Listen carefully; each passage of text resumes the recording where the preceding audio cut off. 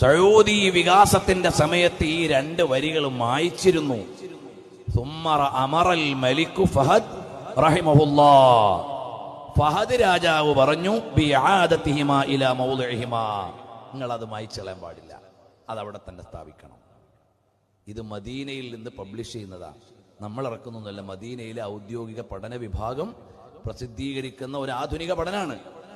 അതിൽ അദ്ദേഹം പരിശുദ്ധമായ റൗളയുടെ പരിസരത്തുള്ള വരികളെ ഓരോന്നിനെയും പരിചയപ്പെടുത്തുമ്പോൾ അൽ ഖസീദത്തുൽ ഊല, ഒന്നാമത്തെ ഖസീദയായി എഴുതിയത് ഹബീബ് സല്ലല്ലാഹു അലൈഹി വസല്ലം തങ്ങളുടെ തിരുസന്നിധാനത്തിൽ ചെല്ലുമ്പോൾ ചൊല്ലിയ ഈ കവിതയാണ്.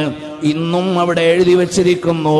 യാ ഖൈറ മൻ ദുഫിനത് ഫിത്തുർബി അളുമുഹു ഫതാബ മിൻ തീബിഹിന്നൽ ഖാഉ വല്ലകമു നഫ്സി ഫിദാഉൻ ലിഖബ്രിൻ അൻത സാകിനുഹു ഫീഹിൽ അഫാഫു വഫീഹിൽ ജൂദു വൽ കറമു.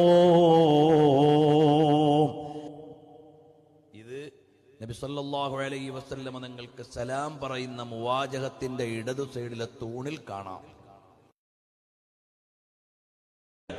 ആ കവിതയിൽ രണ്ടാമത്തേത് അൽ ഖസീദത്തു സാനിയ ഹിയ കദാലിക ഇൻദൽ മുവാജഹത്തി ശരീഫ.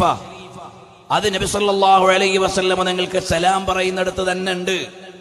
വഹിയൽ ഖസീദത്തു അല്ലതി കതബഹൽ ഇമാം അബ്ദുല്ലാഹിൽ ഹദ്ദാദ് അൽ ഹദറമി അശ്ശാഫിഈ. ഹിജറ 1132 വഫാത്തായ ഹദ്ദാദ് റളിയല്ലാഹു അൻഹു എഴുതിയ വരിയാണ്.